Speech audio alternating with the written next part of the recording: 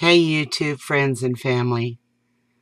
The video that I'm doing tonight is for all the families in the cities where the military and or police forces, sheriff's offices, National Guard are doing what they're calling drills. Having spoken to several friends of mine in the cities where these drills have taken place, I found that there is a lot of fear among the people. So I wrote something, and though this is not true, it is merely a reflection of what I was told. I hope you enjoy it. I'll read.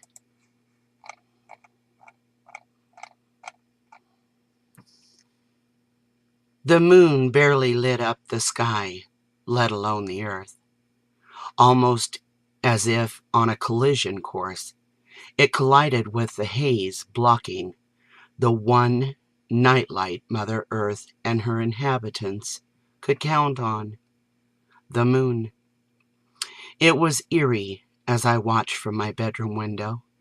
An ominous feeling entered my soul as I watched, hoping against hope that the haze would evaporate, allowing the moon's light to return. Acknowledging that the haze was winning, I closed the drapes and dropped into my bed, where surely slumber and a night's rest would bring a better tomorrow. I listened to the near hypnotic ticking of my clock. Tick, tick, tick, as I drifted off to sleep. The banging was very annoying and soon brought me back to the conscious world that I had hoped to avoid for at least 6 hours. 6 hours that surely would have recharged my senses, filling me with yet more energy for yet again another day of unknowing what was real and what was not in the world that was reeling out of control around me, a world that had almost in every sense become foreign to me. I stumbled and shuffled, reaching for my robe, gathering the tie, and racing towards the front door. A quick glance through the sleepy-ridden eyes confirmed that something must be wrong. 2:59 a.m. was not a normal visiting hour, at least not in my home. I grabbed for the deadbolt, then froze. "Who is it?" I commanded in a stern voice. Stern yet shaken, as my mind reeled in many directions. What crisis could there be that someone would be banging on my door at this frigging hour? The nightly news had covered the situation in a very biased way. Obvious to anyone that was at all observant, the reporters often clenched their jaws and nibbled their lips as if to relay, "I really do not want to say this." Yet some power had scripted exactly word for word what was to be relayed to the citizens. No ifs, ands, or buts. This way or suffer the consequence that had far exceeded the average dismissal, and perhaps severance pay, at least for the cream of the crop reporters. Normal programming for the television was, for the time, no more. Government had taken over the airwaves, controlling what programs would be aired and what programs would not be aired. Hollywood had turned on its belly as actors and actresses, big broadcasting companies and production companies tried to retaliate, only to find the CEOs and owners vanishing without any clue as to what had happened, what darkness they had fallen victim under to, and if they had even survived. It was like a muscle. It was like a muzzle, had been placed on the Actors Guild, silencing even the richest or bravest. Yet, Hollywood was a thing of the past. What a waste of all those hundreds of thousands of donation dollars. They hadn't bought the rich and famous one darn thing. For the common people such as myself, this fact brought no satisfaction. All it did was confirm that we really were all in this together. The white knuckle ride would include all walks of life. How that night lived vividly in my mind. An emergency broadcast broke through the airwaves. In the background of every city, air raid sirens wailed, bringing cold shivers of fear in their wake. Police and sheriff vehicles raced through the streets and alleys, with officers commanding through megaphones that a curfew had been implemented. Stay in your houses. Turn televisions or radios on. Get into your house. Stay off the streets, were just some of the commands I could still hear loudly in my mind.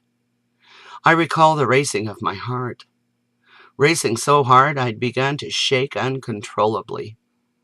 The whole of the picture, at least what the theys wanted us to see, was being broadcast on television before I even turned it on. I sat nervously on the couch as the words played over and over. It was as if the whole world was in suspension, thrown into some unknown world, a frightening place. Time became surreal, and my mind was numbed yet fully awake. Surreal, yes, very surreal. The president has implemented and put into immediate effect martial law. As if a ghost had hit the volume, these words came out very loud. No way to pretend I did not hear or could not understand. Captions ran below the screen in many languages. Over and over the same message, followed by the command, stay tuned for more. Do not turn your televisions or radios off. This ran in a loop over and over for a number of minutes, perhaps 45 minutes, maybe an hour. I don't really exactly recall. I gathered my wits and walked over to my telephone, picked it up and instinctively dialed my brother's number, raised the phone to my ear only to hear the same loop playing in the earpiece. I spun around and looked at the television screen where the captions played in perfect time with the recorded message on my phone. Phone was of no use. Controlled, taken over, disconnected from any other human being? I was alone. Truly alone. I hung the phone back on its base and walked over to the window, parted the drapes and looked outside. There were no cars on the street, no people anywhere. The corner market was dark. It appeared they too were closed off from the world. Suddenly I heard the announcement, "The President." It did not say President of the United States, just the President. That caught my immediate attention. He spoke in a very monotone voice, not the citizen-friendly man that we had always seen on television, the man who could lighten the crowd and sway the masses with his suave voice and his big smile. No, this was different. He sounded very uncaring, very cold, very much in control. My mind returned to the message. Between the hours of 7 a.m. and 6 p.m., during these hours you will not, I repeat, not be allowed to leave the sanctuary of your homes. Any person found outside during curfew hours will be arrested immediately and taken to the detainment center for your areas. Any retaliatory actions will result in death, as officers of law enforcement and the military, including the National Guard, are instructed to kill anyone in defiant behavior. The message repeated itself. Must be pre-programmed, I thought. This was planned, perhaps. Yeah, a plan. But why? What is happening? The message did not give me a reason, but ended with a more or less to be continued. Stay tuned for more information. Do not turn the television off. More messages will be aired when we have more for you. Those were the instructions. Leave the television or radio on. More information will come. The television then went blank. I picked up the remote and tried different channels to no avail. All the channels were blank, except for a faint buzz that I could hear clearly. The kind of buzz that makes a person want to turn the darn thing off. Hours went by. I watched the clock, read some parts of a good book that I had found, and played some solitaire, all alone. Though I seldom ever went out at night, I found it almost irresistible to do nothing, to not go. Perhaps the feeling of being a caged animal led my spirit to the desire to run wild, be free, which right then I was not. I was not free. Caged, in no way did I dare try to escape. A terrible feeling indeed. I had read and listened to many reports about the corruption, the possibility of losing our country. This had gone on for several years, and each year that nothing really happened just seemed to confirm the conspiracies were all bull, laid out with no real true foundation. Online, the conspiracy theorist always sending out warnings about corruption and martial law, the possibility of it. In fact, it had almost become the normal, and one would find it harder and harder to rebuke these reports as the government had began to act very strange, doing odd things and taking away one right followed by another. Few of us really paid any mind to the stuff. I mean, why would we? How could anyone in their right mind think such things would really take place in our great country? No, they just could not be true. To agree or think such things actually made a good citizen of our country feel almost like a traitor. After all, we were all reared to be loyal and show respect and love for our country and its government. When changes were being implemented against the objections of the people, we just somehow thought the theys were doing it for the best interest of the majority, for all citizens.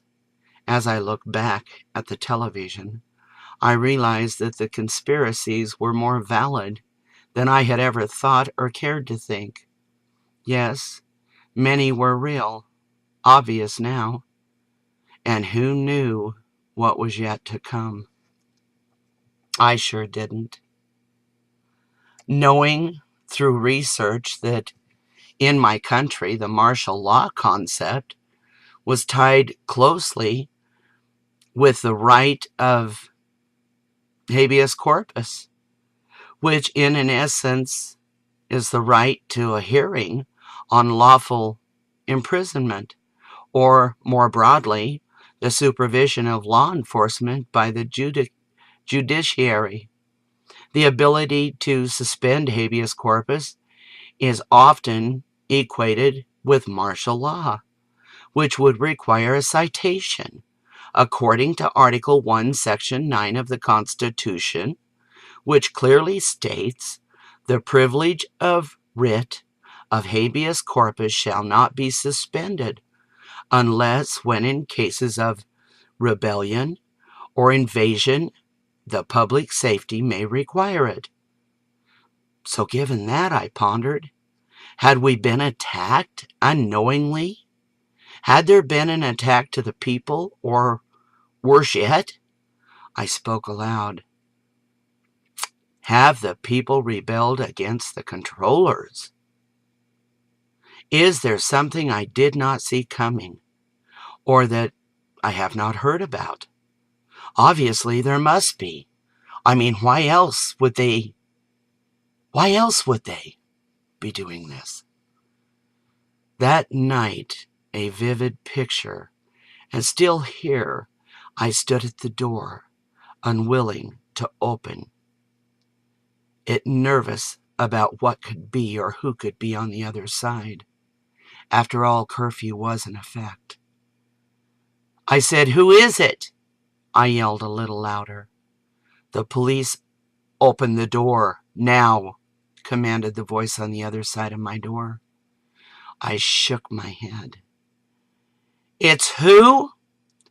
"I said it's the police. Open the door now," commanded the voice. My heart racing as I turned the lever to the deadbolt. Click. I heard. Then my fingers turned the handle lock. I opened the door and looked straight into the eyes of the officer, all dressed in SWAT-type gear. In his arms, a military assault rifle. I backed up a step. "What can I do for you, officer?" My voice cracked. "Back away from the door now," he shouted. I did as I was told to do, though I did so with much reservation. Heck, I'd broken no laws except for one traffic ticket that I appealed. I had never been in any kind of trouble at all. "What is wrong?" I bellowed politely. "You were born," he shouted as he raised his rifle. "No!" I screamed loudly. The sun broke through my window, bringing a glow just behind my eyelids. Morning, I thought, as I slowly opened my eyes. My heart was still racing. I laid there for a moment, reflecting on what seemed very real, yet had to have been a dream. I pinched myself. I was alive. The officer with the rifle, the announcement. Was it real? No, just a dream. I jumped up from my bed and raced to the window, parting the curtains. As I peered out, I saw the military men marching down the street. They were in full gear. Rifles. My eyes locked in on the rifle. Some were knocking on doors. My heart leaped as I shut the curtains fast, ran to the front room and turned on the television to the morning news. I listened intently as the reporter spoke of the military drill in my town, the military equipment, and an announcement from our president in about an hour. What is really going on, I thought? What has happened? I turned my computer on and started searching for information. Conspiracy after conspiracy theory. One right after another, each focusing on the corruption, the president, the rumors of war and foreign military training in our country. On and on the information poured in. I watched and read in horror. What was true? What was not, I thought. Then I heard the knocks on my door. I froze in place. No breath left my body for a minute. Finally, I gasped as the knock became a bang on the door. I went to the door, unlocked it, and opened the door, knowing in my heart what may happen. Standing there were 4 military men in full gear, each with rifles. "Yes," I said in a shaky voice. "Ma'am, we are in the neighborhood looking for weapons. Do you have any weapons?" "No, I have none," I replied. "May we search?" He spoke nice enough, not as if commanding. He did say may, so I spoke in the same tone. "Do you have a warrant?" I asked. "Don't need one, ma'am. By the authority of our president, you must comply or—" He stopped as I broke in with a meek, "Yes, please feel free to search." My eyes locked in again on the barrel of his assault rifle. "Yes, do search," I said, stepping aside, allowing them to enter. Compliance, I thought. Yeah, compliance. No longer am I free. Was I ever? Sure, the dream had been triggered by the previous announcements that there would be military drills in our area, combined with the conspiracy theorist warnings about what was to come, based on the actions of our corrupt controllers, the desecration of the Constitution and the Bill of Rights, the loss of our Second Amendment, and so on. The preppers warning all of us to be prepared, the lack of concern or objection by our state-elected authorities and officials. But this was real as real could be. And friends, it was happening to me. Next time, will it be you? Though this is just a story created from the rumors and thoughts of many theorists, it is not far removed from what could actually happen in the settings of today's news. Do not take lightly the being prepared for actions not designed for the people, but rather for the controllers. While pondering, ask yourself, what is it I truly believe, and am I ready to leave this time, this now? Have I loved all the people without question of who they are, where they live, or how they dress, of what color their skin is? Have I lived a caring and sharing life where I may have helped in some small way to make this life better for everyone and everything, including our earth? Have I loved? I mean, really loved for everyone and everything. Have I loved? Really loved unconditionally? Because my family, my dear friends here on YouTube, the only help there is for the mess that we are in is to truly care about our neighbor and to care about what is right and what is wrong with our now. It is time to look into your mirrors, as I have said before, and ask again, who am I really? And while you're at it, where is my bravery? To believe in hope and have faith when so few do. To be perhaps unpopular by speaking the truth and not following the lies, and taking the risk of persecution by those who scoff and mock you. If within yourself you can find the strength to genuinely care, then we may together make the biggest difference of all. We may save one another. Keep looking up. There is always hope. Looking up for the answers we seek, for they are there. Ask and you will receive. Be what it is that you want to see in the world around you. Peace, love, hope, unity, oneness.